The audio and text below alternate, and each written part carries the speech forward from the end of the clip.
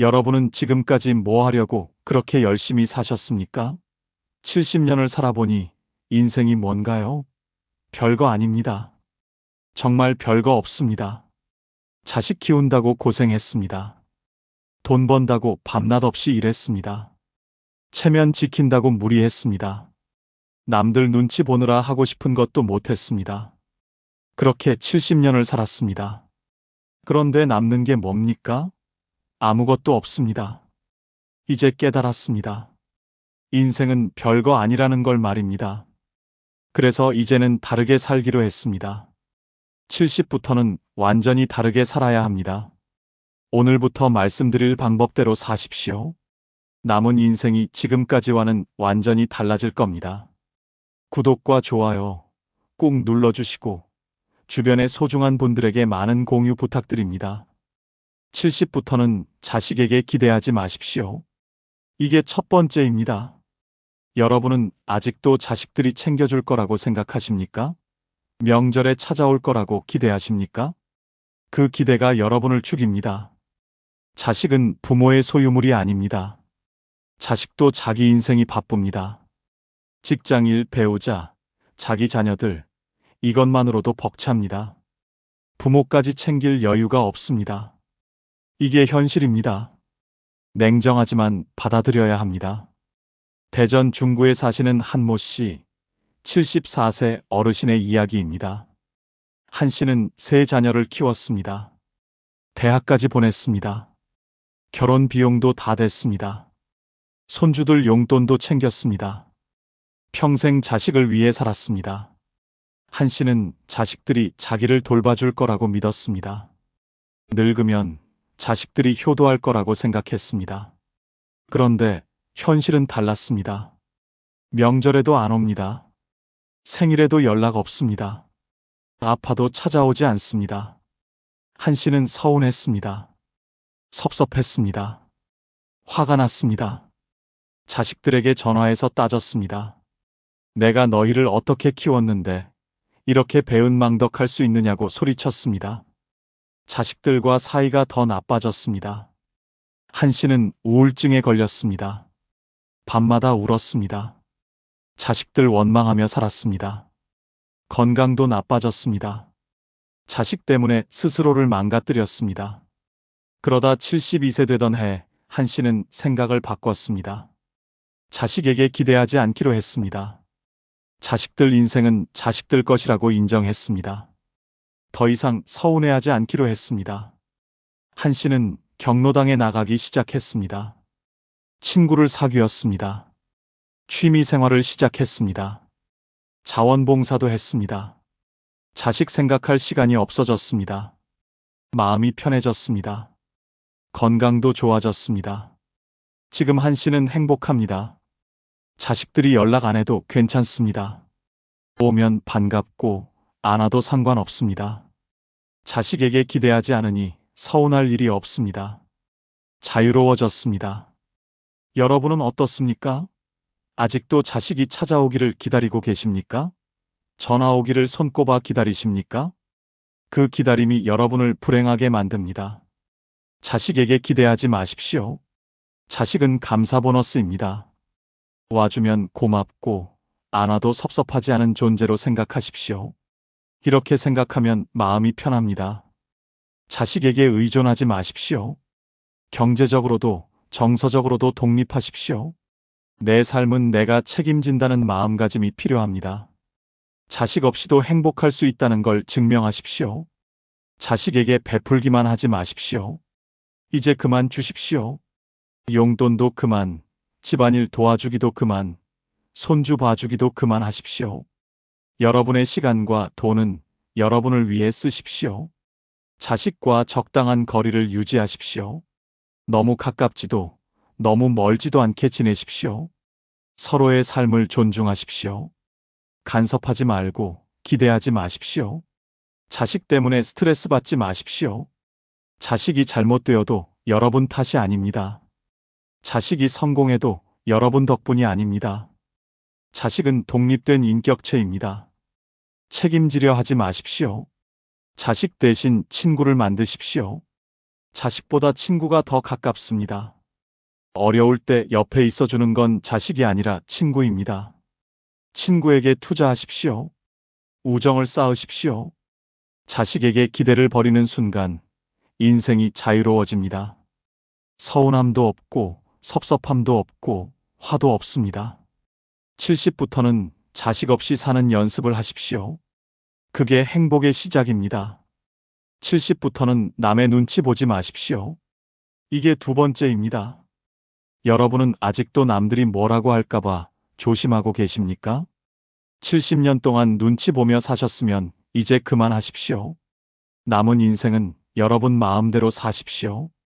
평생 남의 눈치만 봤습니다. 이웃 눈치, 친척 눈치, 자식 눈치, 심지어 손주 눈치까지 봤습니다. 하고 싶은 말도 참았습니다. 하고 싶은 것도 못했습니다. 체면 지킨다고, 창피하다고, 남들이 뭐라고 하니까 포기했습니다. 울산 남구에 사시는 김모 씨, 72세 어르신의 통쾌한 이야기입니다. 김 씨는 평생 모범생으로 살았습니다. 성실하게 일했습니다. 남에게 피해주지 않으려고 노력했습니다. 착한 사람, 좋은 사람으로 살았습니다. 퇴직하고 나서도 마찬가지였습니다. 경로당에서도 조용히 지냈습니다. 친구들과 여행 가자고 해도 돈 아깝다고 안 갔습니다. 옷도 허름한 것만 입었습니다. 사치한다고 욕먹을까봐 두려웠습니다. 70세 생일날 김 씨는 깨달았습니다. 내가 뭐 하려고 이렇게 사나, 남은 인생이 얼마나 된다고 이렇게 숨죽이며 사나 하는 생각이 들었습니다. 그날부터 김 씨는 완전히 달라졌습니다. 김 씨는 하고 싶었던 걸 시작했습니다. 댄스 학원에 등록했습니다. 이웃들이 나이 들어서 무슨 춤이냐고 수군거렸습니다. 김 씨는 신경 쓰지 않았습니다. 춤추는 게 즐거웠습니다. 그걸로 충분했습니다. 새 옷도 샀습니다. 밝은 색깔의 멋진 옷을 샀습니다. 친척들이 나이감 못한다고 수군댔습니다. 김 씨는 웃으며 말했습니다. 내 돈으로 내가 입는데 무슨 상관이냐고 말입니다. 여행도 다녔습니다. 제주도도 가고 부산도 가고 친구들과 일본도 갔습니다. 자식들이 돈 아끼라고 잔소리했습니다. 김 씨는 단호하게 말했습니다. 내 인생인데 내가 즐기며 살겠다고 말입니다. 지금 김 씨는 정말 행복합니다. 남의 눈치 안 보니까 자유롭습니다. 하고 싶은 거 다 합니다. 가고 싶은 곳 다 갑니다. 먹고 싶은 거 먹고 사고 싶은 거 삽니다. 얼굴에 생기가 넘칩니다. 여러분은 어떻습니까? 아직도 이웃들이 뭐라고 할까봐 두렵습니까? 친척들이 욕할까봐 조심하십니까? 자식들이 싫어할까봐 참고 계십니까? 70이 넘도록 그렇게 사실 겁니까? 남들이 뭐라고 하든 신경 쓰지 마십시오. 여러분 인생입니다. 여러분 마음대로 사십시오. 남들은 여러분 인생에 책임져 주지 않습니다. 그런 사람들 눈치 볼 필요 없습니다. 하고 싶은 거 하십시오. 배우고 싶었던 거 배우십시오. 가고 싶었던 곳 가십시오. 입고 싶었던 옷 입으십시오. 먹고 싶었던 거 드십시오. 누가 뭐래도 상관없습니다. 사치라고요? 웃기는 소리입니다. 평생 모은 돈 쓰는데 무슨 사치입니까? 자식 줄 돈 아껴서 뭐 합니까? 자식들은 어차피 부모 재산 기대 안 합니다. 여러분이 쓰십시오. 창피하다고요? 70이 넘어서 뭐가 창피합니까? 춤추고 싶으면 춤추십시오. 노래 부르고 싶으면 노래방 가십시오. 연애하고 싶으면 연애하십시오. 아무도 여러분을 비웃을 자격 없습니다. 나이값 못한다고요? 나이값이 뭡니까? 늙으면 죽은 듯이 살아야 합니까? 천만의 말씀입니다. 늙어도 즐겁게 살 권리가 있습니다. 웃고 떠들고 신나게 사는 게 나이값입니다. 체면 버리십시오. 허세 버리십시오. 착한 사람 노릇 그만하십시오. 이제는 솔직하게 사십시오. 싫으면 싫다고 하십시오. 좋으면 좋다고 표현하십시오. 남의 평가에서 자유로워지십시오. 좋은 사람이라는 소리 들으려고 애쓰지 마십시오. 나쁜 사람이라는 소리 들어도 괜찮습니다. 중요한 건 내가 행복한가입니다. 70부터는 나를 위해 사십시오. 남을 위해 살 만큼 살았습니다. 이제는 내 마음 가는 대로, 내 기분 내키는 대로 사십시오. 남의 눈치 안 보고 사는 인생, 이게 진짜 자유입니다. 70부터는 돈을 아끼지 마십시오. 이게 세 번째입니다. 여러분은 아직도 돈 모으고 계십니까? 자식 주려고, 나중을 위해서 아끼고 계십니까? 그 돈 언제 쓸 겁니까? 관 속에 가지고 들어갈 겁니까? 평생 돈을 모았습니다. 한 푼 아껴서 모았습니다. 외식도 안 하고, 여행도 안 가고, 옷도 안 사고 모았습니다. 무엇 때문입니까? 나중을 위해서 자식들 주려고 모았습니다. 그런데 그 나중이 언제입니까? 창원 의창구에 사시는 송모 씨, 76세 어르신의 충격적인 이야기입니다. 송 씨는 평생 검소하게 살았습니다. 돈 쓰는 걸 죄악처럼 여겼습니다. 냉장고에 상한 반찬도 버리지 못했습니다. 전기 아낀다고 여름에도 에어컨을 안 켰습니다. 송 씨는 예금 통장에 2억 원이 넘는 돈이 있었습니다. 집도 있었습니다. 경제적으로 여유가 있었습니다. 하지만 쓰지 못했습니다. 아끼는 게 습관이 되었습니다. 돈 쓰는 게 불안했습니다. 자녀들이 여행 가자고 했습니다. 송 씨는 거절했습니다. 돈 아깝다고, 집에 있는 게 편하다고 말했습니다. 친구들이 맛있는 거 먹으러 가자고 했습니다. 송 씨는 사양했습니다. 집에서 먹는 게 낫다고 말했습니다. 74세 되던 해, 송 씨는 암 진단을 받았습니다. 말기였습니다. 수술도 항암도 소용없었습니다. 6개월 시한부 선고를 받았습니다. 그제서야 송 씨는 후회했습니다. 송 씨는 눈물을 흘리며 말했습니다. 돈은 많은데 쓸 시간이 없다고, 가고 싶었던 곳도 못 가보고, 먹고 싶었던 것도 못 먹어보고 죽는다고 말입니다. 통장에 있는 2억 원이 무슨 소용이냐고 울부짖었습니다. 송 씨는 세상을 떠났습니다. 아낀 돈은 자녀들이 상속받았습니다. 자녀들은 그 돈으로 여행도 가고 차도 바꿨습니다. 송 씨가 평생 아낀 돈을 자녀들은 쉽게 썼습니다. 송 씨는 그 돈으로 한 번도 행복해보지 못했습니다. 여러분은 어떻습니까? 통장에 돈이 얼마나 있습니까? 그 돈으로 뭐 할 겁니까? 죽을 때까지 안 쓰고 모아둘 겁니까? 자식 주려고 아끼십니까? 자식들은 그 돈 기대 안 합니다. 돈은 쓰라고 있는 겁니다. 평생 모은 돈입니다. 여러분이 쓰십시오. 여행 가십시오. 맛있는 거 드십시오. 좋은 옷 입으십시오. 편한 집에서 사십시오. 하고 싶은 거 다 하십시오. 자식 주려고 아끼지 마십시오. 자식들은 스스로 벌어서 삽니다. 여러분 돈 없어도 잘 삽니다.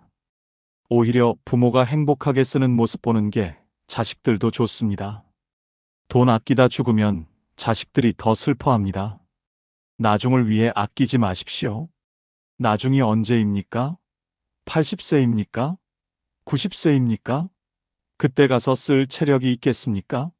지금 쓰십시오. 건강할 때 쓰십시오. 움직일 수 있을 때 쓰십시오. 여행 가십시오. 가보고 싶었던 곳 다 가보십시오. 제주도, 유럽, 일본, 동남아, 어디든 가십시오.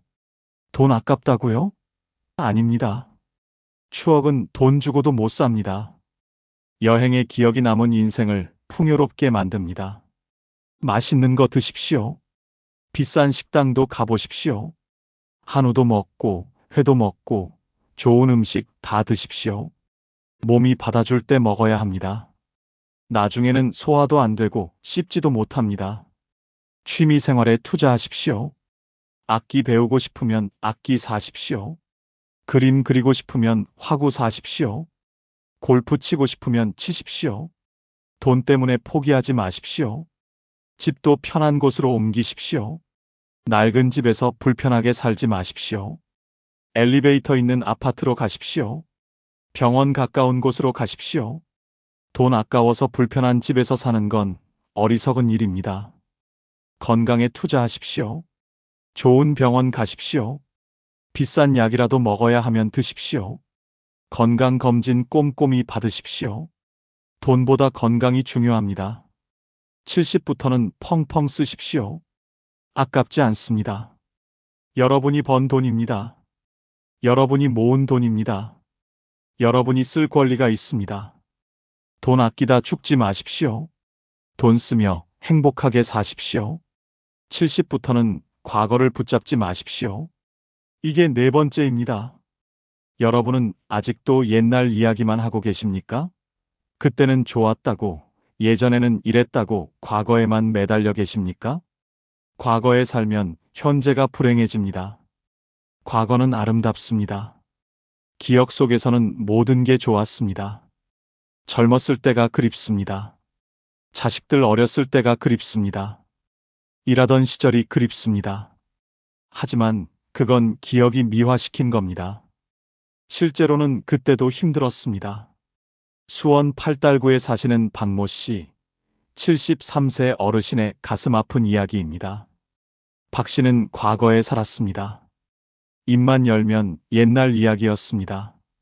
자기가 젊었을 때는 어땠다는 이야기, 회사 다닐 때 얼마나 잘났는지 자식들, 어렸을 때 얼마나 예뻤는지 끊임없이 말했습니다. 박 씨는 현재를 인정하지 못했습니다. 퇴직한 지 10년이 지났는데도 아직도 옛 직함으로 불리고 싶어 했습니다. 명함도 가지고 다녔습니다. 사람들에게 자기가 무슨 일을 했는지 자랑했습니다. 친구들이 박 씨를 피하기 시작했습니다. 만나면 옛날 자랑만 하니까 지겨웠습니다. 자식들도 짜증을 냈습니다. 그 이야기 100번 들었다고 이제 그만하라고 말했습니다. 박 씨는 외로워졌습니다. 박 씨는 우울했습니다. 지금의 자신이 초라해 보였습니다. 아무것도 아닌 사람이 된 것 같았습니다. 과거의 영광에 비하면 현재는 너무 보잘것없었습니다. 집에만 틀어박혀 지냈습니다. 72세 되던 해, 박 씨는 깨달았습니다. 과거에 매달려서는 행복할 수 없다는 걸 말입니다. 지나간 일은 지나간 겁니다. 아무리 그리워해도 돌아오지 않습니다. 이제는 현재를 살아야 한다고 생각했습니다. 박 씨는 과거 이야기를 그만뒀습니다. 옛날 명함도 버렸습니다. 과거의 직함도 내려놓았습니다. 지금의 자신을 받아들였습니다. 그냥 평범한 70대 노인으로 살기로 했습니다. 박 씨는 새로운 취미를 시작했습니다. 사진을 배우기 시작했습니다. 매일 공원에 나가서 사진을 찍었습니다. 사진 동호회에도 가입했습니다. 그곳에서는 과거가 중요하지 않았습니다. 지금 찍는 사진이 중요했습니다. 박 씨는 행복해졌습니다. 과거를 내려놓으니 현재가 보였습니다. 오늘이 소중해졌습니다. 친구들도 다시 만나고 싶어 했습니다. 과거 자랑 안 하는 박 씨가 훨씬 좋았습니다. 여러분은 어떻습니까? 아직도 예전 직함에 매달리고 계십니까?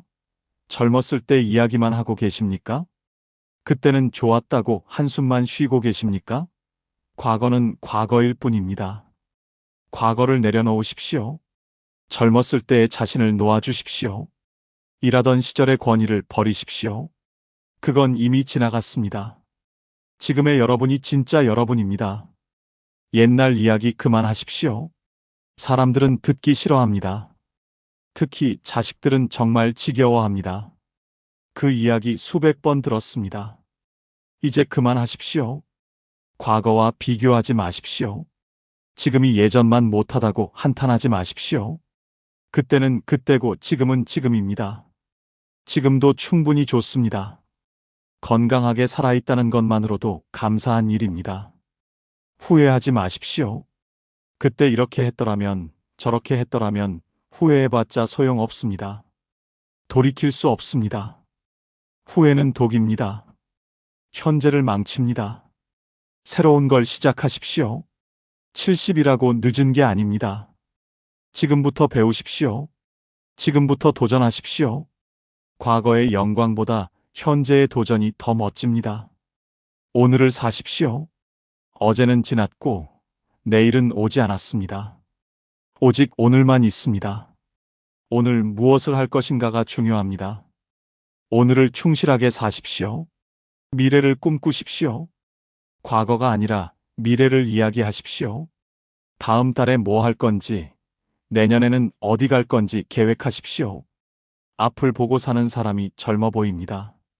70부터는 과거의 노예가 되지 마십시오. 과거는 추억으로만 간직하십시오. 현재를 살고 미래를 꿈꾸십시오.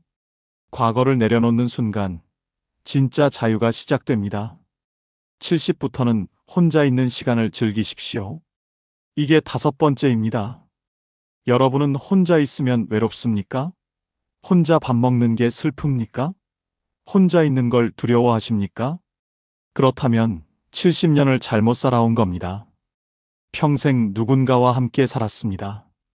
부모님과 살고, 형제자매와 살고, 배우자와 살고, 자녀와 살았습니다. 혼자 있는 법을 배우지 못했습니다. 혼자 있으면 불안했습니다. 외로웠습니다. 그래서 항상 누군가를 찾았습니다. 포항 북구에 사시는 이모 씨, 75세 어르신의 놀라운 이야기입니다. 이 씨는 3년 전에 아내를 먼저 보냈습니다. 50년을 함께 산 아내였습니다. 아내가 떠나고 이 씨는 무너졌습니다. 혼자 있는 게 너무 힘들었습니다. 이 씨는 혼자 집에 있을 수 없었습니다. 아침에 일어나면 경로당으로 달려갔습니다. 저녁까지 경로당에서 시간을 보냈습니다. 집에 오면 텔레비전을 켰습니다. 소리라도 있어야 했습니다. 고요한 게 무서웠습니다. 이 씨는 자녀들에게 매달렸습니다. 매일 전화했습니다. 자주 찾아갔습니다. 자녀들이 부담스러워했습니다. 아버지가 너무 의존적이라고 걱정했습니다. 이 씨는 알았지만 어쩔 수 없었습니다. 혼자 있으면 아내 생각에 미칠 것 같았습니다. 그러다 73세 되던 해, 이 씨는 책을 만났습니다. 우연히 도서관에 갔다가 철학책을 한 권 빌렸습니다. 읽는데 빠져들었습니다. 혼자 조용히 책 읽는 시간이 좋았습니다. 아내 생각도 덜 났습니다. 이 씨는 매일 책을 읽기 시작했습니다. 소설도 읽고, 역사책도 읽고, 시집도 읽었습니다. 혼자 있는 시간이 즐거워졌습니다. 경로당에 갈 필요가 없어졌습니다. 집에서 책 읽는 게 더 좋았습니다. 이 씨는 글도 쓰기 시작했습니다. 자기 인생 이야기를 적었습니다. 아내에게 하지 못한 말들을 적었습니다.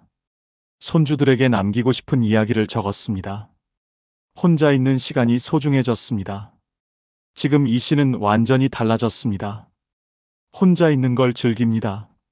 아침에 커피 한 잔 마시며 책 읽는 시간이 행복합니다. 저녁에 조용히 글 쓰는 시간이 평화롭습니다. 외롭지 않습니다. 혼자만의 시간이 주는 자유가 좋습니다. 여러분은 어떻습니까? 혼자 있으면 견딜 수 없습니까? 항상 누군가와 함께 있어야 합니까? 혼자 밥 먹는 게 싫습니까?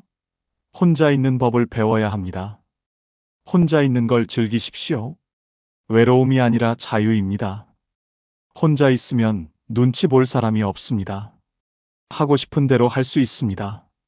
먹고 싶은 거 먹고, 보고 싶은 거 보고, 하고 싶은 거 합니다. 혼자 밥 먹는 연습을 하십시오. 식당에 혼자 가십시오.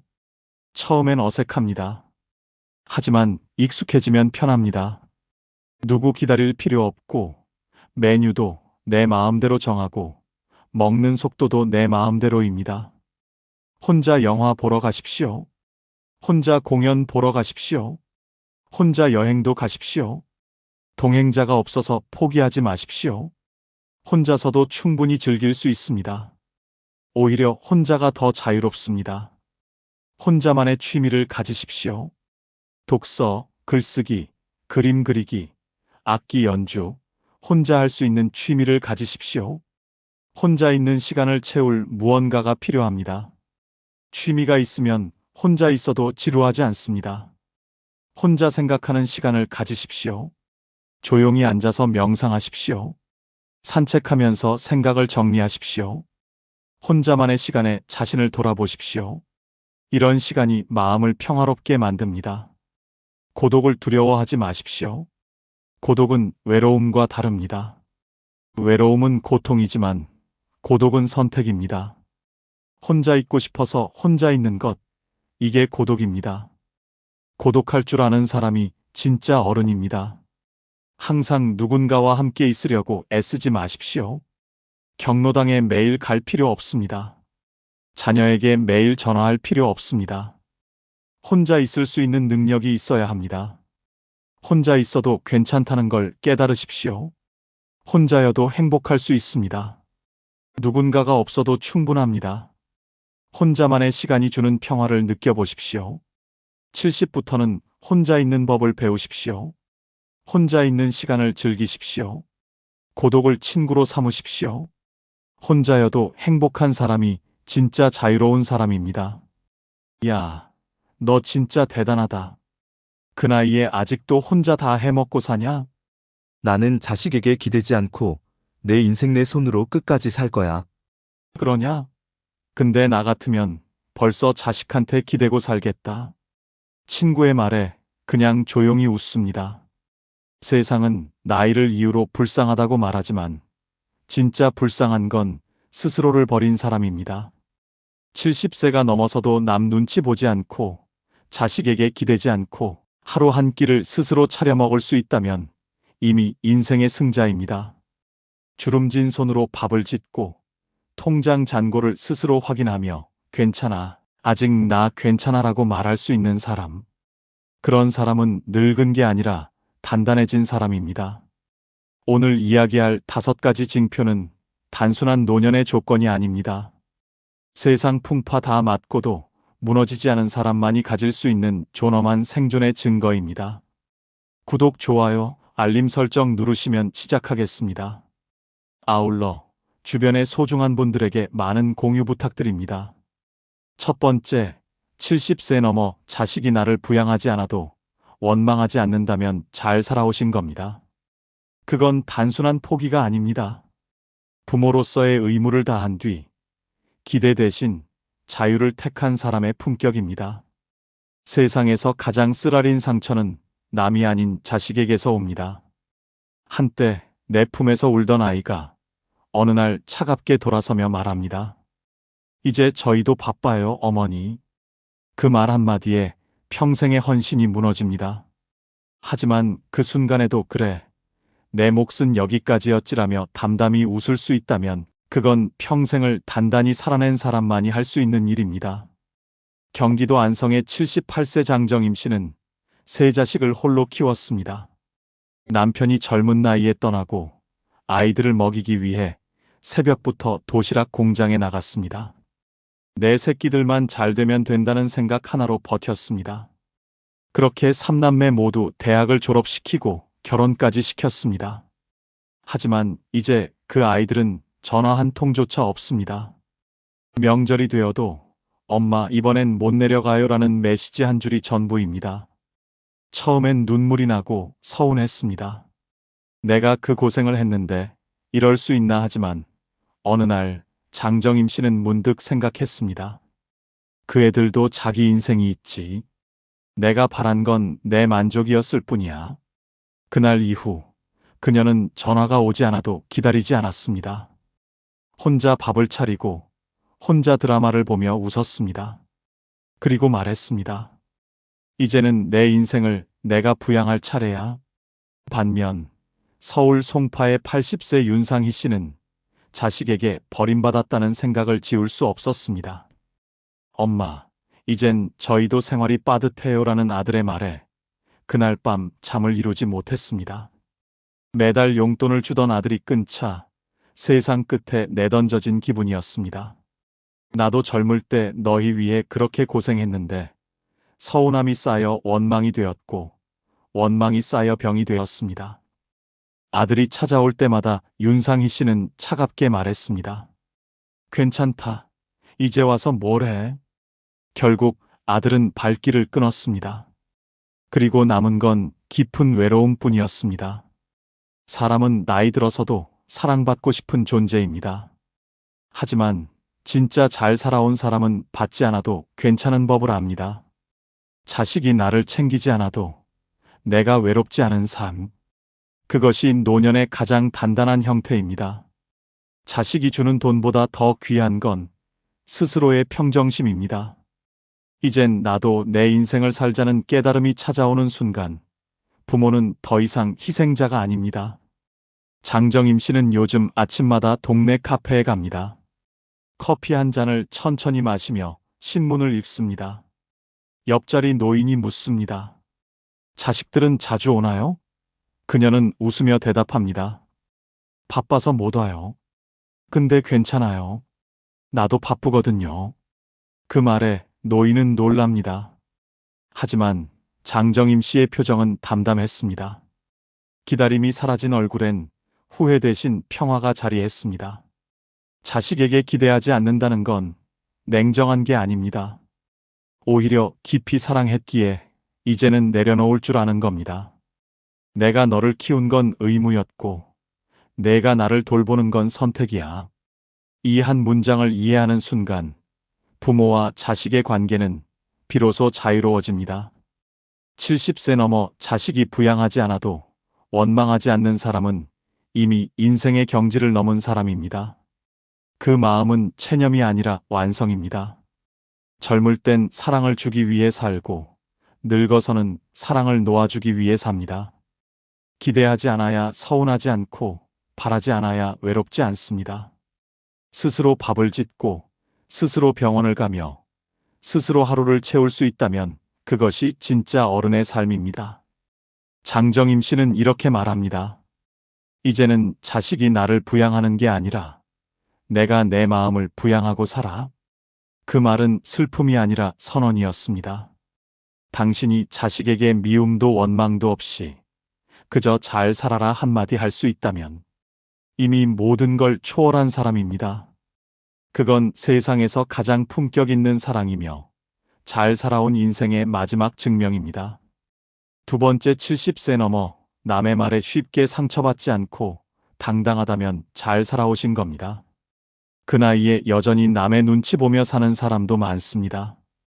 누가 뭐라 한마디 하면 며칠을 앓고 며느리의 짧은 말 한 줄에 가슴이 덜컥 내려앉는 사람도 있습니다.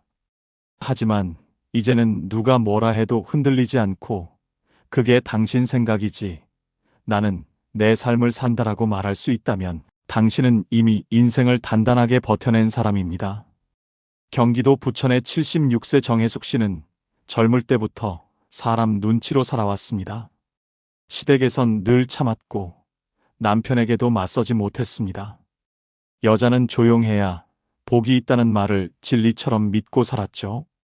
그런데 남편이 세상을 떠나고 홀로 남은 후에도 그 습관은 쉽게 사라지지 않았습니다.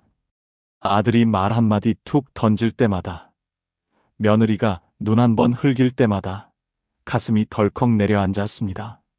내가 뭘 잘못했나? 그 말이 입버릇처럼 나왔습니다. 그러던 어느 날 며느리가 식탁에서 말했습니다. 어머님, 제발 간섭 좀 그만하세요. 그 말에 정혜숙 씨는 젓가락을 내려놓고 말했습니다. 그래, 이제 나도 내 인생 간섭 안 받을래. 그날 이후 그녀는 완전히 달라졌습니다. 아들이 뭐라 해도 며느리가 짜증을 내도 흔들리지 않았습니다. 나도 사람이고 나도 내 인생이 있어. 그녀는 스스로를 위로하며 작은 행복을 찾기 시작했습니다. 아침마다 커피를 내리고 혼자 영화관에도 갔습니다. 사람들이 나이 들어서 혼자 다니면 쓸쓸하지 않냐고 물으면 정혜숙 씨는 웃으며 대답했습니다. 쓸쓸한 게 아니라 자유야. 반면 서울 도봉구의 80세 박영자 씨는 지금도 남의 말에 휘청입니다. 동네 주민 한 명이 요즘 어깨가 굽으셨네요 라고 말한 날 하루 종일 거울 앞에서 어깨를 폈다 굽혔다를 반복했습니다. 며느리가 엄마, 그 옷은 좀 촌스러워요 라고 말한 날엔 새 옷을 사입고도 밖에 나가지 않았습니다. 그녀는 말합니다. 나는 왜 이렇게 사람 말에 약할까? 젊을 때부터 남의 눈으로 자신을 바라보다 보니 자신이 없어진 겁니다. 80년을 살았지만 아직도 타인의 시선이 인생의 잣대가 되어버린 것입니다. 노년의 자존심은 돈보다 강하고 외모보다 오래갑니다. 남의 말에 흔들리지 않는다는 건 단순한 강단이 아니라 삶의 훈련입니다. 수십 년 동안 상처받고도 무너지지 않았던 사람만이 얻을 수 있는 강철 같은 마음입니다. 정혜숙 씨는 요즘 시장에서 물건을 사러 가면 늘 이렇게 말합니다. 아줌마, 나 이거 깎아줘. 나이 먹었다고 그냥 넘어가면 안 되지. 그녀의 목소리는 당당하고 눈빛은 흔들리지 않습니다. 그녀는 이제 누가 뭐라 해도 기죽지 않습니다. 남의 말은 바람이야. 지나가면 그만이지. 근데 내가 나를 미워하면 그건 평생 남아. 그 사람의 인생은 젊을 때는 타인의 기준으로 움직이고 나이 들어서야 비로소 자기 기준으로 살아갑니다. 그러나 그 기준을 세우지 못하면 평생 타인의 말에 휘둘리며 늙어갑니다. 남의 말이 진실이 아니라는 걸 깨닫는 순간 사람은 자유로워집니다. 남의 평가보다 내 평안을 택할 수 있을 때 그 사람은 이미 잘 살아온 인생입니다. 정혜숙 씨는 어느 날 이런 말을 남겼습니다. 내가 남편 말 들으며 살고 시댁 말 들으며 살고 자식 눈치 보며 살았는데 이제는 내 말 좀 들어주려나 세상이. 그 말에 주변 친구들은 웃었지만 그녀의 눈에는 깊은 자부심이 담겨 있었습니다. 그녀는 세상에 더 이상 증명할 게 없었습니다. 이미 충분히 살아냈으니까요. 70세 넘어 남의 말에 상처받지 않고 당당하게 살 수 있다면 그건 단순한 성격이 아니라 삶의 품격입니다. 주름진 얼굴에도 자신감이 있고 작고 떨리는 목소리에도 힘이 있다면 그건 오랜 세월 눈치와 상처를 견뎌낸 결과입니다. 이제 남의 말은 흘려보내고 내 말 한마디에 무게를 두세요. 세상이 뭐라 하든 당신이 당신으로 서 있을 수 있다면 이미 인생은 잘 살아온 겁니다. 당신의 당당함은 젊음보다 더 빛나는 훈장입니다. 세 번째, 70세 넘어 머뭇거림보다 여유가 많다면 잘 살아오신 겁니다. 이제는 뭘 하든 조급하지 않고 누가 뭐라 해도 흔들리지 않으며 그래, 천천히 가도 괜찮다는 말을 마음속으로 할 수 있다면 그것이 바로 인생의 내공입니다. 젊을 땐 속도에 미쳐 살지만 나이 들어 진짜 강한 사람은 느림의 가치를 아는 사람입니다. 여유는 그냥 생기는 게 아닙니다. 끝없이 버티고 잃고 기다리며 얻은 인생의 보상입니다. 경기도 평택에 사는 77세 윤명자 씨는 젊을 땐 늘 급했습니다. 세 아이를 키우며 공장에서 일하고 집에 돌아오면 쌀 씻고 반찬을 만들며 하루를 전쟁처럼 살았습니다. 시간이 없다가 그녀의 입버릇이었습니다. 그때는 멈추면 불안했습니다. 남편이 병에 걸렸을 때도 병원비 어떡하지만 생각했지 그의 손을 잡고 마음을 나눈 적은 없었습니다. 그가 세상을 떠난 후 윤명자 씨는 말했습니다. 나는 살아 있었지만 인생은 늘 뛰기만 했어. 그녀는 그때부터 달리기를 멈췄습니다. 새벽이면 커피를 내리고 해가 뜨는 걸 바라봤습니다. 살면서 해 뜨는 걸 여유롭게 본 게 처음이야. 그 한마디에 눈물이 맺혔습니다. 이웃이 할머니 뭐 하세요? 묻자 그녀는 미소 지으며 말했습니다. 아무것도 안 해요. 근데 그게 이렇게 좋네요. 그날 이후 윤명자 씨의 인생은 느리게 변했습니다. 걸음도 말도 생각도 천천히. 그 느림 속에서 그녀는 오히려 더 단단해졌습니다. 반면 서울 강서구의 81세 김봉희 씨는 여전히 빨리빨리의 굴레에서 벗어나지 못했습니다. 빨리 먹어야지, 빨리 가야지, 빨리 끝내야지. 그의 하루는 여전히 경쟁이었습니다. 밥을 먹을 때도, TV를 볼 때도 옆 사람보다 한 발 빨라야 안심이 됐습니다. 그러나 정작 본인은 늘 지쳤습니다. 손녀가 할머니, 왜 그렇게 급해요? 물었을 때 김봉희 씨는 대답하지 못했습니다. 이유는 단 하나였습니다. 평생 남에게 뒤처지면 안 된다고 배워왔기 때문입니다. 그러다 어느 날 지하철 계단에서 급히 뛰다 넘어져 갈비뼈를 다쳤습니다.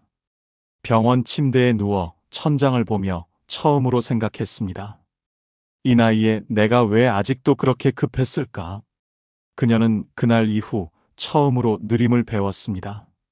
이제는 천천히 살아도 돼. 그 말 한마디를 내뱉는데 평생이 걸렸습니다.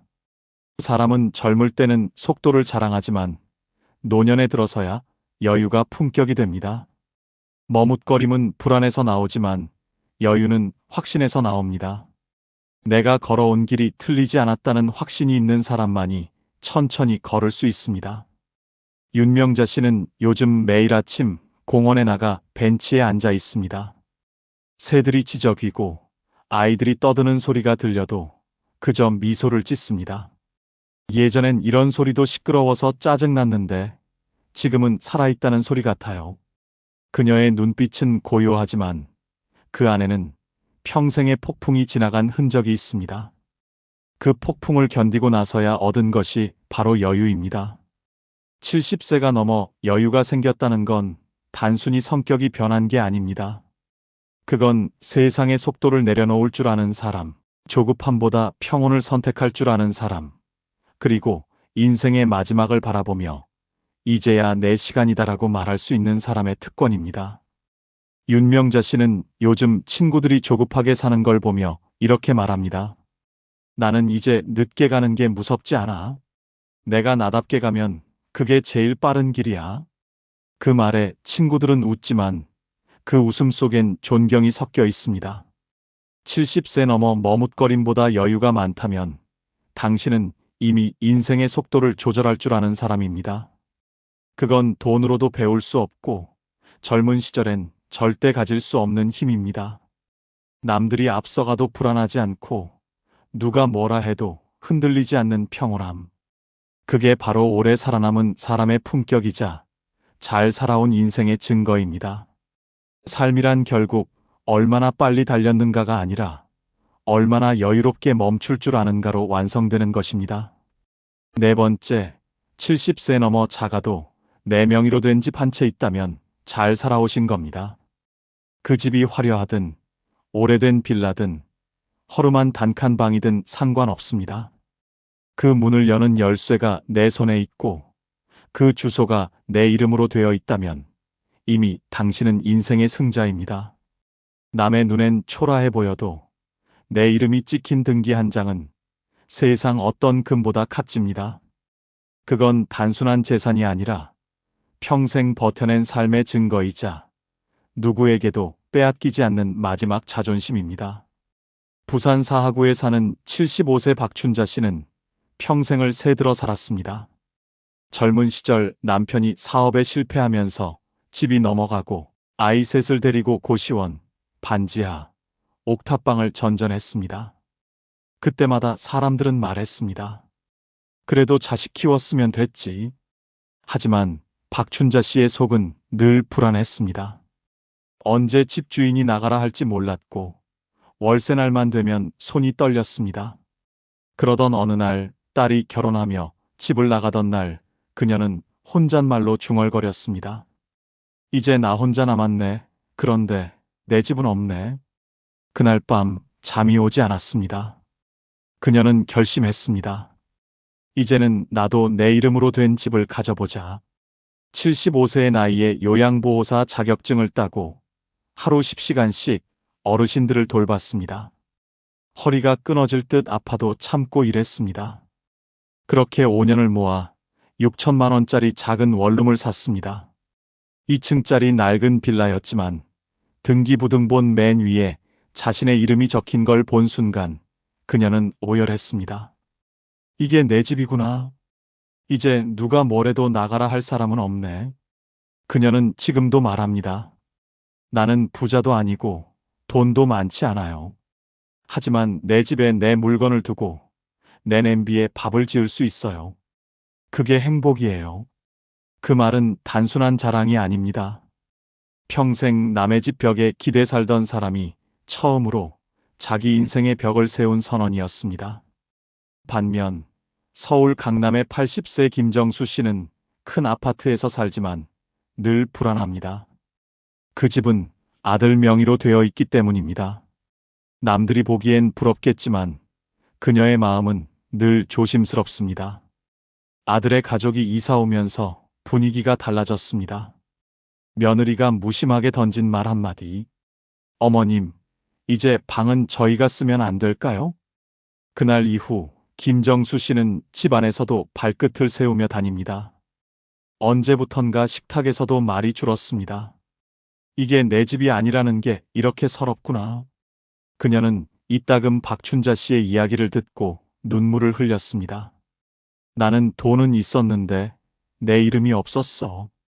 그 한마디는 80년 인생의 후회였습니다. 70세 넘어 자신의 이름으로 된 집 한 채가 있다는 건 단순히 부동산의 문제가 아닙니다. 그것은 존재의 독립선언입니다. 남의 눈치를 보지 않고 내 삶을 지킬 수 있는 최소한의 성벽입니다. 작은 방이라도 내 침대가 있고 내 그릇이 있고 내 냄새가 배어 있다면 그곳이 바로 당신의 왕국입니다. 그 문을 닫을 때 들리는 찰칵 소리는 자유의 소리입니다. 박춘자 씨는 요즘 매일 아침 창문을 열며 이렇게 말합니다.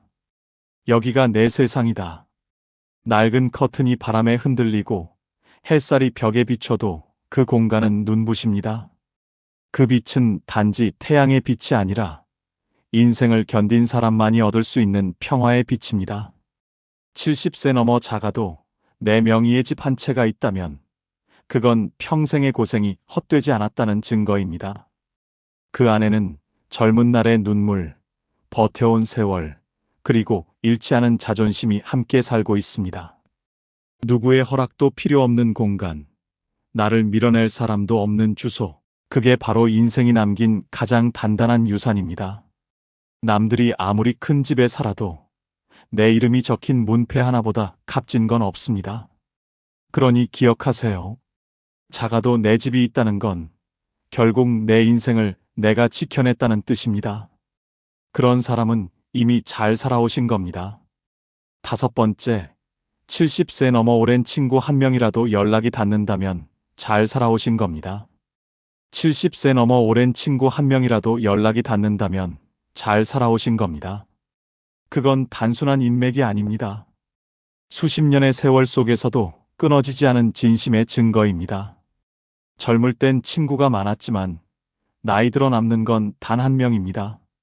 그리고 그 한 명이 아직 내 전화를 받아준다면 당신은 인생을 외롭지 않게 살아온 사람입니다. 경북 포항의 77세 김정자 씨는 매달 15일이면 전화를 겁니다. 야, 또 전화했네. 아직도 살아있냐? 수화기 너머로 들리는 친구의 웃음소리가 세상 그 어떤 음악보다 반갑습니다. 고등학교 시절 비 오는 날 둘이 우산 하나를 나눠 쓰며 걸었던 그 친구. 결혼 후엔 아이 키우며 서로 위로했고 남편이 떠난 날엔 밤새 전화기를 붙잡고 울었습니다. 너 없었으면 나 진작 무너졌을 거야. 무너질 때마다 전화해. 내가 받으면 다시 세워줄게. 그 짧은 말이 평생의 버팀목이었습니다. 하지만 그 친구도 이제 병원에 다니며 약을 먹습니다. 얼마 전 김정자 씨가 병실로 찾아갔을 때 친구는 희미한 미소로 말했습니다. 야, 우리 오래 살지 말자. 이제 서로 그만 고생하자. 그 말에 김정자 씨는 눈물이 났지만 괜히 장난스럽게 말했습니다. 그래, 근데 내가 먼저 가면 나 진짜 화낼 거야. 둘은 그렇게 웃으며 서로의 주름진 손을 꼭 잡았습니다. 그 손에는 세월이 남긴 흔적이 아니라 함께 버틴 인생의 무게가 있었습니다. 반면 서울 노원구의 80세 오순자 씨는 연락할 친구가 없습니다. 젊을 땐 일과 가족에 묶여 살며 친구들에게 연락하지 못했습니다. 나중에 여유 생기면 만나자. 그 나중이 영영 오지 않았습니다. 그러던 어느 날 오래된 주소록을 뒤적이다가 이름 하나를 발견했습니다. 박은희. 망설이다 전화를 걸었지만 받는 이는 없었습니다. 며칠 후 다른 동문에게서 들었습니다. 은희는 작년에 세상 떠났어. 그날 밤 오순자 씨는 혼자 속삭였습니다. 한 통만 더 빨리 전화했더라면. 전화기 옆에 놓인 낡은 다이어리에는 다음 주엔 꼭 연락하기라는 메모가 적혀 있었습니다. 노년의 친구는 단순히 옛 추억을 공유하는 사람이 아닙니다. 그는 내 지난 삶을 기억해주는 마지막 증인입니다. 나이 들어 가족보다 더 그리운 이유는 친구만이 내가 누구였는가를 기억해주기 때문입니다. 김정자 씨는 요즘 말합니다. 돈은 없어도 괜찮아. 근데 친구 전화는 꼭 받아야 돼. 그게 내 하루를 살게 하니까. 그녀는 지금도 매일 수화기를 바라보며 웃습니다. 예, 오늘은 내가 먼저 전화할게. 내 목소리가 듣고 싶어서. 70세 넘어 오랜 친구 한 명이라도 연락이 닿는다면 그건 단순한 우정이 아닙니다. 평생 진심으로 살았고 누군가의 마음속에 여전히 자리 잡고 있다는 증거입니다. 세상은 나이를 먹을수록 사람을 하나씩 빼앗아 가지만 끝까지 남는 단 한 명의 친구. 그 한 사람이 당신의 인생이 헛되지 않았다는 가장 확실한 증거입니다. 영상이 끝나면 여러분의 경험이나 생각을 댓글로 남겨주세요. 여러분의 소중한 경험과 의견이 다른 누군가에게는 큰 힘과 깨달음이 분명될 것입니다. 아울러 멤버십 가입 부탁드리며 오늘 하루도 행복하시고 무탈하시기 바랍니다.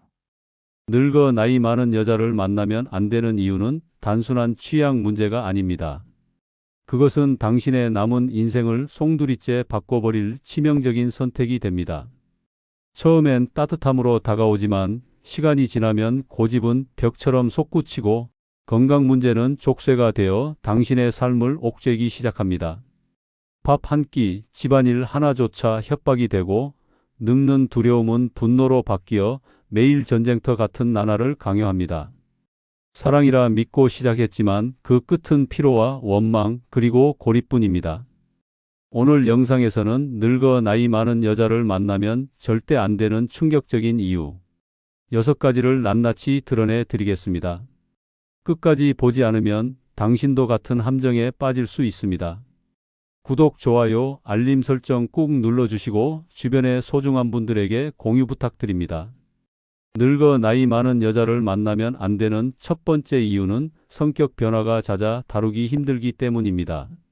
젊었을 땐 다정했다가도 나이 들수록 작은 일에도 감정이 요동칩니다.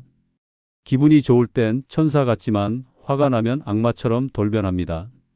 그 예측 불가능한 변덕은 남자의 일상을 산산조각 내고 매일을 불안 속에서 살게 만듭니다. 서울에 사는 이기석 씨는 아내를 잃은 뒤 재혼을 선택했습니다. 처음 만난 그녀는 따뜻했습니다. 늘 웃었고 다정했습니다.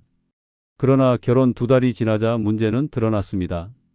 아침에 웃으며 밥상을 차리던 그녀가 점심 무렵에는 갑자기 밥상을 엎으며 소리쳤습니다. 왜 나만 집안일 하냐? 이유도 없었습니다. 이 씨는 달래도 보고 맞서도 봤지만 소용없었습니다. 그녀는 몇 분 전에 자신조차 잊은 듯 또 다른 화를 터뜨렸습니다. 결국 그는 집에 들어가면 폭탄 옆에 앉는 기분이라며 한숨을 내쉬었습니다.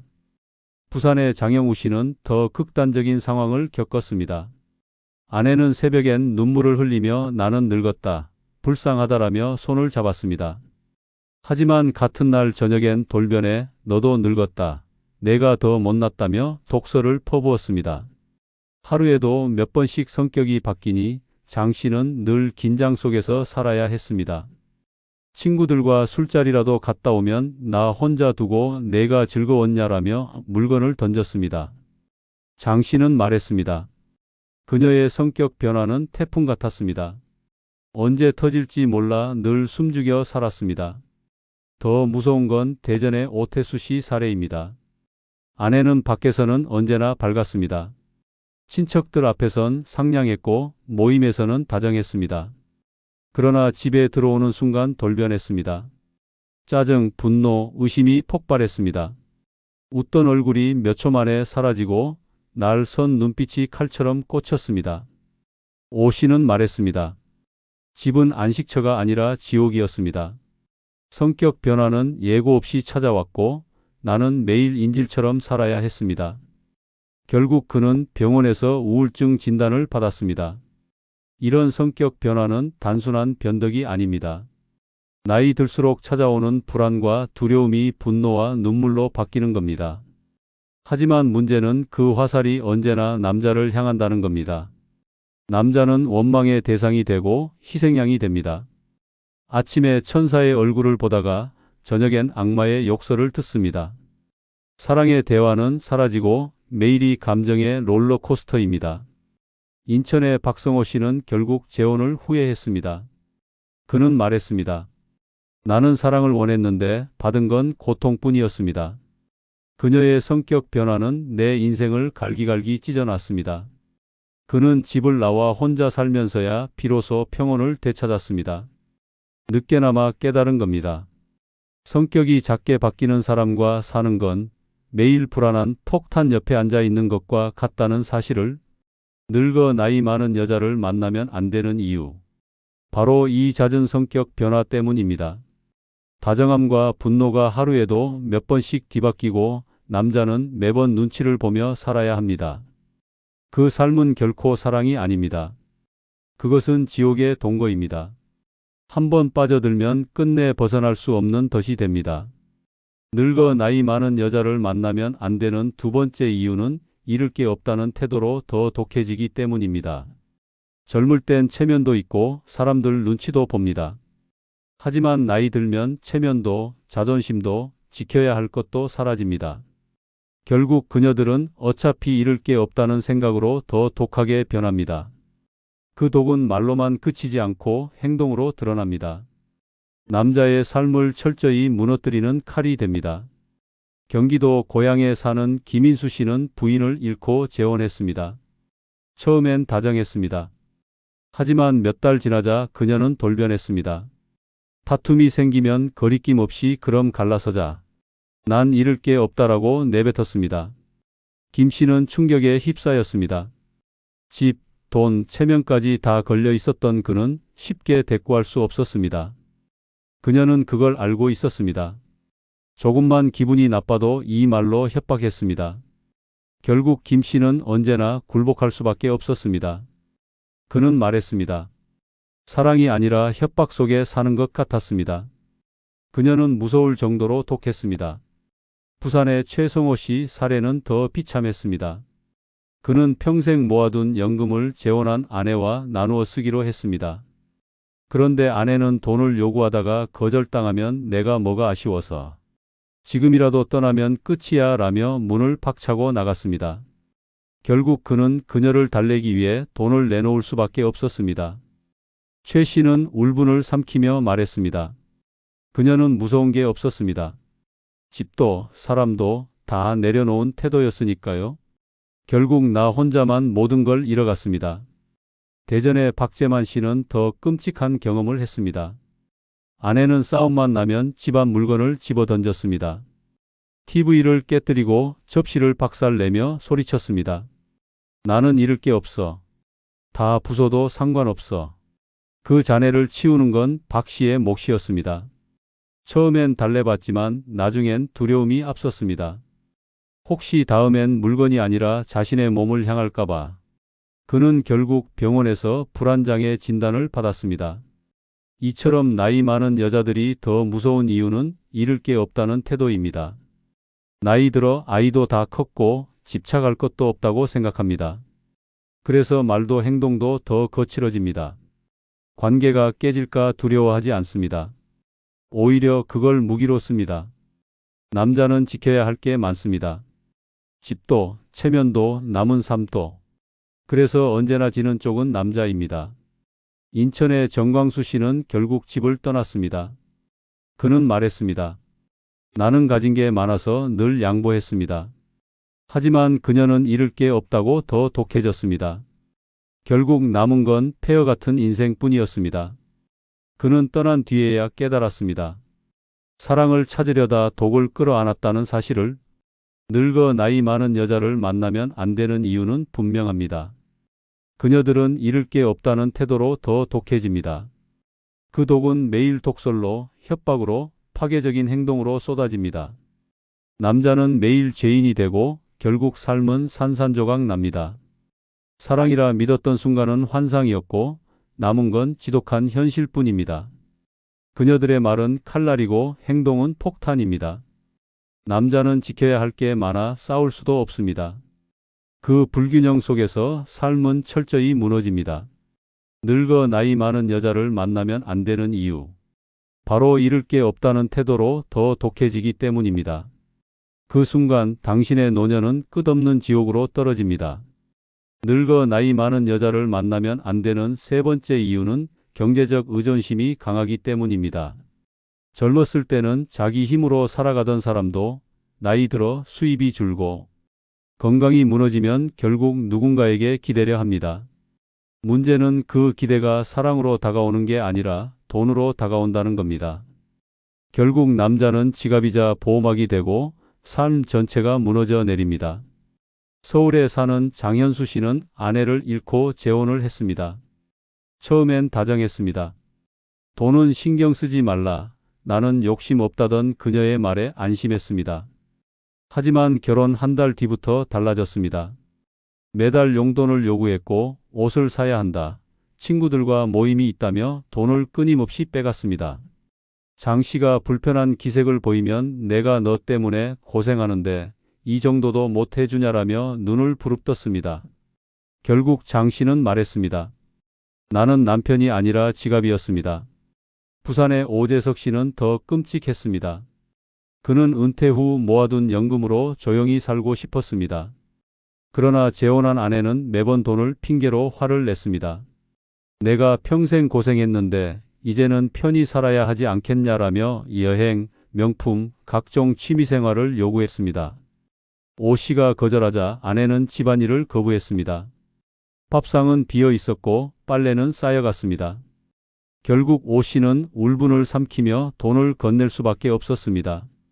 그는 고개를 숙이며 말했습니다. 사랑이라고 믿었던 게 결국 돈을 뜯어내기 위한 수단이었구나. 대전의 박영호 씨 사례는 더 비극적입니다. 그는 재혼 아내에게 신뢰를 주고 싶어 통장을 맡겼습니다. 그러나 몇 달 지나지 않아 통장은 텅텅 비었습니다. 아내는 친정 가족에게 돈을 퍼주고 사치품을 사들이며 흥청망청 썼습니다. 박 씨가 따지자 돌아온 대답은 충격적이었습니다. 돈은 다시 벌면 되지만 나를 잃으면 너는 혼자다. 협박이었습니다. 결국 박 씨는 빚까지 떠안게 됐습니다. 내 노후를 위해 모아온 모든 게 단 몇 달 만에 무너졌다는 그의 말은 절규에 가까웠습니다. 이처럼 경제적 의존심은 단순한 약점이 아닙니다. 남자의 삶을 송두리째 무너뜨리는 파괴력입니다. 집안의 균형은 깨지고 남자는 끝없는 돈줄 역할만 하게 됩니다. 한 번 돈을 내주면 그 다음은 더 큰 돈을 요구합니다. 주지 않으면 싸움이 시작되고 결국 남자는 피곤해 지쳐 굴복합니다. 인천의 김재민 씨는 결국 집을 떠났습니다. 그는 이렇게 고백했습니다. 나는 사랑을 찾으려 했습니다. 하지만 돌아온 건 돈에 목매는 집착이었습니다. 내 인생을 빨아먹는 블랙홀 같았습니다. 그는 홀로 살게 됐지만 오히려 평온을 찾았습니다. 돈을 쓰지 않아도 욕을 먹지 않고 통장을 내주지 않아도 협박을 당하지 않았습니다. 늙어 나이 많은 여자를 만나면 안 되는 이유. 바로 이 경제적 의존심 때문입니다. 그 의존심은 단순히 생활비 문제가 아닙니다. 남자의 자유를 짓밟고 존엄을 무너뜨리며 결국 삶 자체를 파괴합니다. 사랑이라 믿었던 순간은 사라지고 남는 건 돈을 둘러싼 끝없는 갈등뿐입니다. 경제적 의존심이 강한 여자를 만나는 건 평생 번 돈을 스스로 불태우는 것과 같습니다. 당신의 노후는 편안해야 하지만 그들과 함께라면 지옥의 계산서만 남습니다. 이 잔혹한 진실을 모른 채 발을 들였다가는 사랑이 아니라 파멸을 맞이하게 될 것입니다. 늙어 나이 많은 여자를 만나면 안 되는 네 번째 이유는 상대를 무조건 자신에게 맞추려 하기 때문입니다. 사랑은 서로의 다름을 인정하고 존중하는 데서 시작됩니다.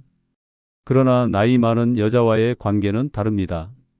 그녀들은 오랜 습관과 고집을 무기로 삼아 상대를 철저히 자신에게 맞추려 합니다.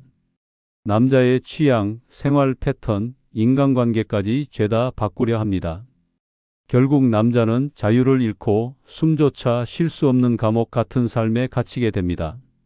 서울에 사는 김정수 씨는 부인을 잃고 재혼을 했습니다. 처음 만난 그녀는 세심했고 다정했습니다. 그러나 결혼 한 달 만에 그는 충격을 받았습니다. 아침에 늦게 일어나자 그녀가 소리를 질렀습니다. 내 집에서는 6시에 일어나야 해. 내가 내 리듬을 따라야 해. 김 씨는 억지로 습관을 바꿔야 했습니다. 늦잠은 사라지고 새벽마다 억지로 눈을 떠야 했습니다. 그뿐만이 아니었습니다. 옷차림 하나, 밥 먹는 방법 하나까지 모두 간섭이 이어졌습니다.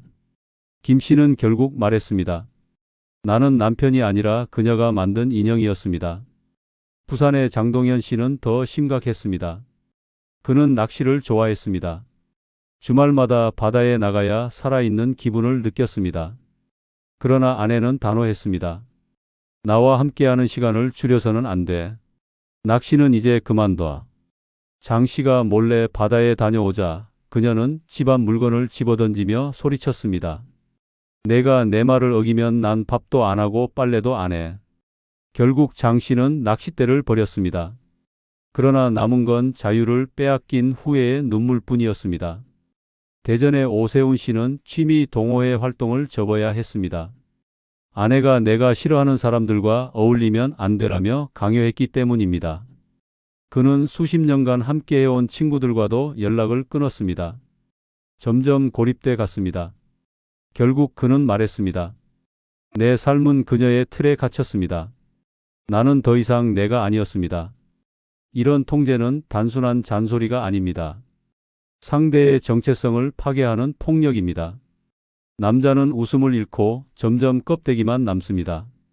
좋아하던 취미는 사라지고 친구 관계는 끊어지고 심지어 가족과의 연락까지 제한됩니다. 내가 싫다는데 왜 해? 라는 말은 칼처럼 남자의 가슴을 찌릅니다. 인천의 박영길 씨는 결국 병원에 실려갔습니다. 아내의 끊임없는 통제와 강요 속에서 그는 공황 발작을 겪었습니다. 내가 살아있는 게 맞나 싶었습니다. 매일이 감옥 같았고 나라는 존재가 사라진 느낌이었습니다. 그는 끝내 집을 떠나 홀로 살기로 결심했습니다. 늙어 나이 많은 여자가 더 무서운 이유는 타협하지 않는다는 겁니다. 젊을 때는 다투다가도 화해가 가능하지만 나이가 들면 자기 방식을 절대 고치려 하지 않습니다. 오히려 나이가 무기입니다. 내가 살아온 게 맞다. 내가 나를 따라야 한다. 이 말 한마디에 남자는 무너집니다. 사랑은 서로를 맞추는 게 아니라 서로의 차이를 존중하는 것입니다. 하지만 늙어 나이 많은 여자는 상대를 철저히 자신에게 맞추려 합니다. 그 강요는 하루하루를 옥죄고 결국 남자의 삶을 산산조각 냅니다. 늙어 나이 많은 여자를 만나면 안 되는 이유. 바로 이 끝없는 강요 때문입니다. 상대의 삶을 빼앗고 취향을 짓밟고 인간관계까지 끊어버리는 무서운 통제. 남는 건 껍데기뿐인 인생입니다. 사랑이 아니라 속박, 동행이 아니라 감옥. 그곳에 발을 들이는 순간 당신의 자유는 끝장납니다. 늙어 나이 많은 여자를 만나면 안 되는 5번째 이유는 늙어가는 불안을 상대에게 전가하기 때문입니다. 누구나 나이 드는 게 두렵습니다. 주름이 늘어나고 건강이 약해지고 젊은 날의 빛이 사라지는 현실은 공포 그 자체입니다. 하지만 그 불안을 스스로 다스리지 못하면 결국 가장 가까운 사람에게 독처럼 퍼뜨립니다. 남편에게, 동반자에게, 아무 잘못 없는 사람에게. 그 결과는 참혹합니다. 사랑은 사라지고 원망과 불신만 남습니다. 서울에 사는 조태수 씨는 부인을 잃고 5년 만에 재혼했습니다. 그녀는 처음에 다정했습니다. 그러나 거울 앞에 서는 시간이 길어지면서 상황은 달라졌습니다. 내 얼굴이 이렇게 된 게 다 너 때문이야. 나를 행복하게 해주지 못했으니까 늙은 거야. 말도 안 되는 비난이 매일 쏟아졌습니다. 조 씨는 처음엔 달랬습니다. 하지만 시간이 지날수록 그녀의 불안은 분노가 되었고 그 화살은 늘 조 씨에게 꽂혔습니다. 결국 그는 말했습니다. 나는 남편이 아니라 그녀의 늙음에 대한 희생양이었습니다. 부산의 이영호 씨는 더 끔찍했습니다. 그의 아내는 친구들이 모인 자리에서도 불안을 감추지 못했습니다. 내가 젊었을 땐 너희보다 훨씬 예뻤다는 말을 반복했고 집에 돌아오면 분노로 폭발했습니다. 내가 나를 늙게 만든 거다. 내가 나를 돌보지 않아서 내가 이렇게 된 거다. 이 씨는 매번 죄인처럼 사과해야 했습니다. 하지만 그 사과는 불안을 더 키울 뿐이었습니다. 아내는 점점 더 집착했고 그는 결국 공황장애 진단을 받았습니다. 나는 그녀의 늙음을 떠안은 죄인이었습니다. 대전의 박정수 씨는 재혼 후 불안의 그림자에 짓눌렸습니다. 아내는 하루에도 몇 번씩 기분이 바뀌었습니다. 아침엔 울며 나 이제 늙어서 아무 의미 없어라고 말하다가 저녁엔 분노하며 너는 아직 멀쩡하니 좋겠다. 나만 망가지는 것 같아 억울하다고 소리쳤습니다. 박 씨는 무너졌습니다. 그는 고백했습니다. 그녀는 자신의 불안을 나한테 던졌습니다. 내가 그녀의 감정 쓰레기통이 돼버린 겁니다. 이처럼 늙어가는 불안을 상대에게 전가하는 순간 관계는 지옥으로 변합니다. 남자는 아내의 불안을 떠안으며 점점 무너집니다. 하루하루가 긴장 속에서 흘러갑니다. 웃음은 사라지고 대화는 원망으로 가득 차고 사랑은 흔적도 없이 사라집니다. 남는 건 끝없는 죄책감과 피로뿐입니다. 인천의 윤태호 씨는 결국 도망치듯 집을 나왔습니다. 그는 말했습니다. 처음엔 안쓰러워 보였습니다. 하지만 시간이 갈수록 그녀의 불안은 독이 되어 나를 갉아먹었습니다. 나는 점점 병들어갔고 결국 떠나야만 했습니다. 그는 홀로 살게 됐지만 그제야 평온을 되찾았습니다. 늙어 나이 많은 여자를 만나면 안 되는 이유. 바로 이 늙어가는 불안 때문입니다. 그 불안을 자기 몫으로 받아들이지 못하고 상대에게 전가하기 때문입니다. 남자는 매일 죄인이 되고 결국 삶은 파괴됩니다. 사랑은 변명으로 가득 차고 일상은 긴장과 두려움으로 얼어붙습니다. 늙어가는 불안을 함께 이겨내야 할 동반자가 오히려 그 불안을 전가하는 괴물이 된다면 그 삶은 감옥입니다. 늙어 나이 많은 여자를 만나면 안 되는 이유. 그것은 그녀들이 가진 불안이 결국 남자의 삶을 삼켜버리기 때문입니다. 그 불안은 사랑을 파괴하고 존엄을 무너뜨리고 결국 남은 노년을 지옥으로 끌어갑니다. 늙어 나이 많은 여자를 만나면 안 되는 6번째 이유는 말투가 날카로워 상처를 주기 때문입니다. 말은 단순한 소리가 아닙니다. 칼보다 더 깊게 베이고 총알보다 더 빨리 가슴을 뚫습니다.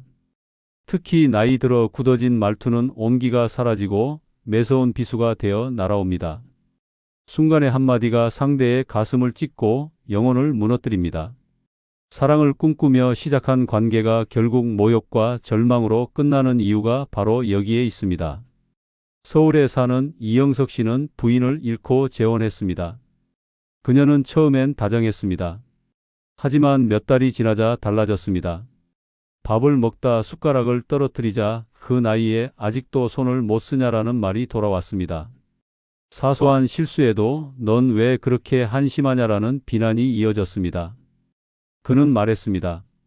나는 남편이 아니라 매일 꾸중 듣는 아이 같았습니다. 결국 그는 집에서 입을 닫고 그림자처럼 살았습니다. 부산의 장도현 씨는 은퇴 후 새로운 행복을 꿈꿨습니다. 그러나 아내의 말투는 독이었습니다.